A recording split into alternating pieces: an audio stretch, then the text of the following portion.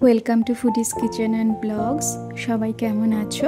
আজ তোমাদের জন্য নিয়ে এসেছি ধোকার ডালনার একটি চটজলদি রেসিপি। এটি খেতে হবে একদম কিন্তু অনুষ্ঠান বাড়ির মতন। নিরামিষ দিনে লুচি, পোলাও বা ভাতের সঙ্গে একদম জমে যাবে। এবারে আমার হাতে সময় ছিল না বলে আমি ডাল বেটে করিনি, কুকমির এই রেডিমেড মশলাটা দিয়েই আমি করেছিলাম। তো মশলাটা প্রথমে নিয়ে তার সাথে মাপ মতন জল নিয়ে আমি মেখে নিয়ে এক সাইডে রেখে দিয়েছিলাম। এবার একে একে মশলাগুলো রেডি করব।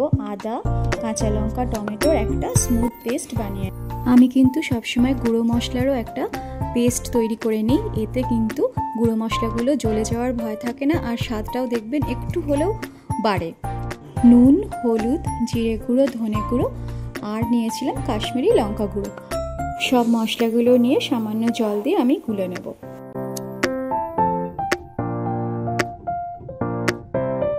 আমি ধোকার ডালনাটা আলু দিয়ে করব, আপনারা আলু ছাড়াও করতে পারেন। আমার ধোকার ব্যাটারটা তো একদম রেডি হয়ে গেছে। ওটা সাদা তেলে আমি একটু নেড়ে চেড়ে নেব। একটু এরকম গরম অবস্থাতেই একটা প্লেটে তেল মাখিয়ে রেখেছিলাম, ওতে ব্যাটারটা এইভাবে স্প্রেড করে দিয়ে আমি কেটে সেভ করে নেব। এটা কিন্তু এই অবস্থাতেই করে নেবেন, এরপর এটা ঠান্ডা হতে দেব। আমি বরফি শেপে কেটে নিয়েছি, আপনারা চাইলে চৌকো চৌকো কেটে নিতে পারেন বা নিজেদের মনের মতন যেরকম ইচ্ছে পিস করে নেবেন। আলুগুলো এবার আমি ভেজে তুলে নেব। আলুগুলো কিন্তু একটু লাল লাল করেই ভেজে নেবেন, ভাজার সময় যাতে 50% মতন সিদ্ধ হয়ে যায়। এবার ওই তেলেই আমি কেটে রাখা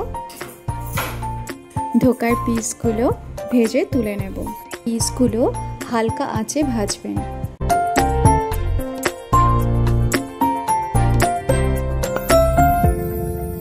আমি কিন্তু দু ব্যাচে আলাদা আলাদা করে ভেজে তুলে নিয়েছি। ধোকার ডালনা খেতে কে কে ভালোবাসেন অবশ্যই কমেন্ট করে জানাবেন। সমস্ত পিসগুলো ভাজা হয়ে গেলে তেল গরম করে ফোড়নটা দেব দুটো শুকনো লঙ্কা আর গোটা গরম মশলা, দারচিনি, লবঙ্গ, এলাচ আর গোটা জিরে দিয়ে দিয়েছি। এবার আদা, কাঁচা লঙ্কা আর টমেটোর যে পেস্টটা ছিল ওটা দিয়ে ভালো করে নেড়ে চেড়ে নেব। তারপর যে মশলার পেস্টটা রেখেছিলাম ওটাও দেব, দিয়ে কিন্তু একটু ভালো করে কষাতে হবে। এই দেখুন কীরকম তেল ছেড়ে এসেছে। এই সময় আমি ভেজে রাখা আলুগুলো দিয়ে দেব। আলুগুলো দিয়ে ভালো করে কিন্তু আবার কষিয়ে নেব। কষানো মোটামুটি হয়ে গেছে, এবার পরিমাণ মতন গরম জল দিয়ে দেবো।